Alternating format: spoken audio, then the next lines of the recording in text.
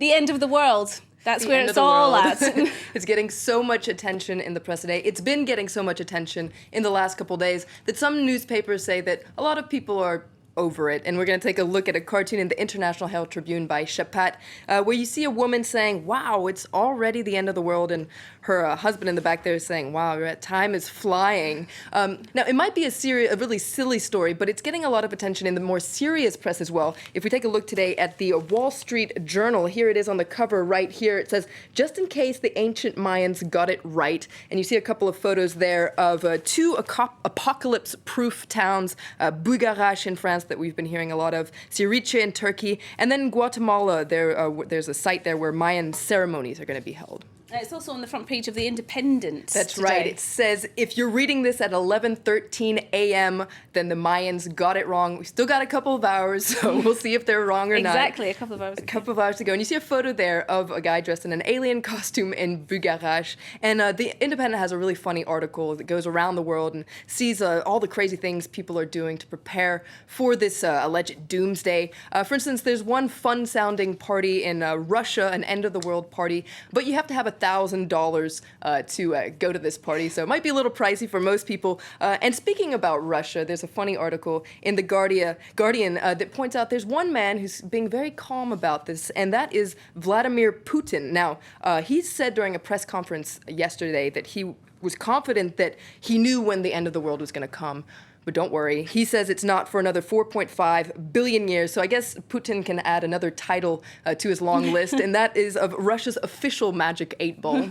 Well, I think I know where I've got my money on there. The Spanish newspaper El País is investigating how the descendants of the Mayans see all this. That's right. El País sent a reporter to the Yucatan region of Mexico, where there are a lot of descendants of the Mayans, and all eyes are on them today. And according to El País, they couldn't care less about the apocalypse. Most of them don't have internet, and so they haven't got caught up in this whole media buzz. But also, they just don't believe it's going to happen. And the title there says, El mundo no se va a acabar. The world is not going to end.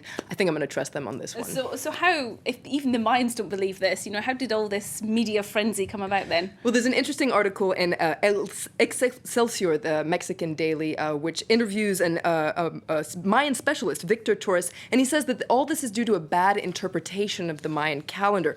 The Mayans didn't predict an end of the world. What they predicted was the end of a cycle, but the beginning of another one. So this is not apocalyptic. And he says that Mayans, in fact, would be dying of laughter if they saw all these crazy predictions that were going around. There's another Mexican daily, a Nuevo Ojo, that has a more cynical take on things. And it says that it's really all this is about business. And a lot of people have been eager to vamp up these rumors just to make a little money because scared people have been rushing to the shop to buy candles, etc. And it's also been a great boost for tourism.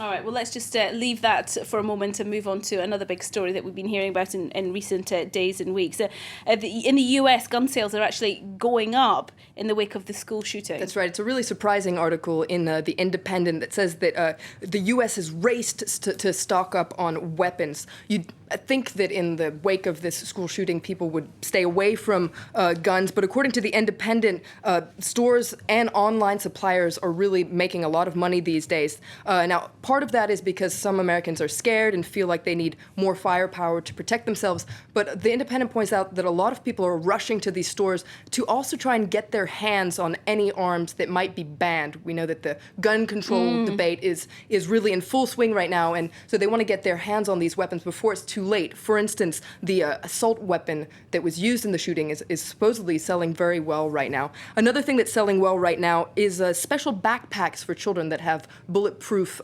lining in them.